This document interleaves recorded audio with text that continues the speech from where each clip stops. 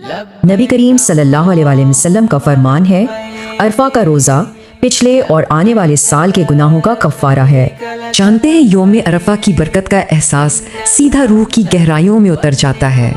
سچ پوچھیں تو اس دن کے بے پناہ اجر کا سوچ کر ہی آنکھیں نم ہو جاتی ہیں۔ کل 9 ذو الحجہ ہے۔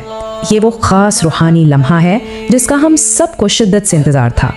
یہ وہ مبارک دن ہے جس کا ہمارے مہربان رب نے خود اپنے بندوں کے لیے انتظار کیا ہے۔ ذرا سوچئے، صرف ایک دن کا سچا روزہ اور بخشش کا اتنا بڑا انعام مل جاتا ہے۔ کتنی عظیم رحمت ہے نا، 2 پورے سالوں کا بوجھ، تمام خطائیں بس ایک دن میں صاف۔ لیکن یاد رہے، یہ مقدس وقت محض بھوک پیاس سے کہیں بڑھ کر ایک گہرا اور روحانی تعلق ہے۔ اس دن ہمارا رب آسمانوں پر فرشتوں کے سامنے اپنے بندوں پر کتنا فخر فرماتا ہے۔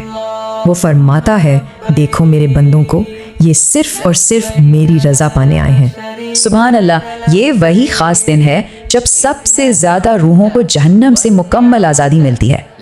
اور جو لوگ حج پر نہیں جا سکے، جو اپنے گھروں میں اس دن کی برکتیں سمیٹ رہے ہیں، ان کا روزہ، تڑپ کر مانگی گئی دعائیں اور آنسو رب کی بارگاہ میں بہت قیمتی ہیں۔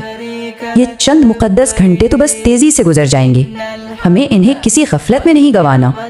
آج کے دن رو رو کر استغفار، کلمہ توحید اور درود پاک کا کثرت سے ورد کرنا چاہیے۔